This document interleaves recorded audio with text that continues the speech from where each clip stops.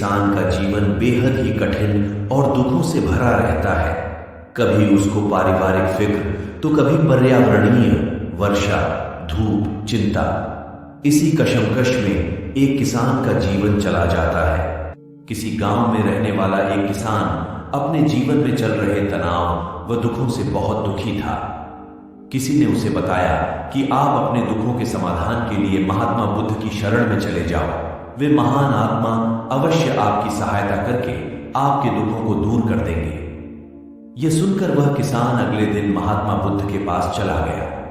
वह गौतम बुद्ध के पास पहुंचा और कहने लगा, हे महात्मा, मैं एक किसान हूं और मैं अपनी जीविका चलाने के लिए खेती बाड़ी करता हूं, लेकिन कई बार वर्षा न होने से फसल सूखे की भेंट चढ़ जाती है। किसान ने आगे कहा कि मैं एक विवाहित पुरुष हूं, मेरी पत्नी मेरा ख्याल रखती है और मैं उससे बहुत प्रेम करता हूं, लेकिन कभी कभी वह मुझे परेशान करती है, जिससे मुझे लगता है कि मैं उससे अब ऊब चुका हूं और वह मेरे जीवन में ना होती तो कितना अच्छा होता। भगवान बुद्ध उस किसान की बातों को ध्यानपूर्वक सुनते रहे।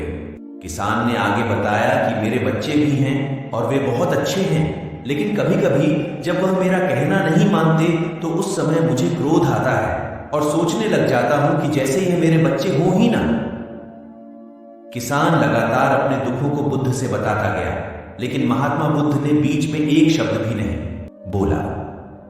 अंत में जब किसान के पास कोई समस्या नहीं रही तो वह चुप हो गया और मन हल्का करके बुद्ध के जवाब की प्रतीक्षा करने लगा।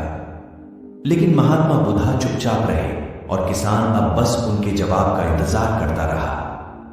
अंत में जब किसान का सब्र फूटा तो ऊंची आवाज में उसने भगवान बुद्ध से कहा, क्या आप मेरी समस्याओं का समाधान नहीं करेंगे?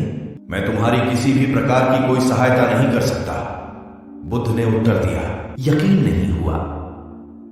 ये आप क्या कह रहे हैं? लोगों ने कहा कि आप सभी के दुखों का समाधान करते हैं, तो क्या आप मेरे दुखों का निवारण नहीं करेंगे?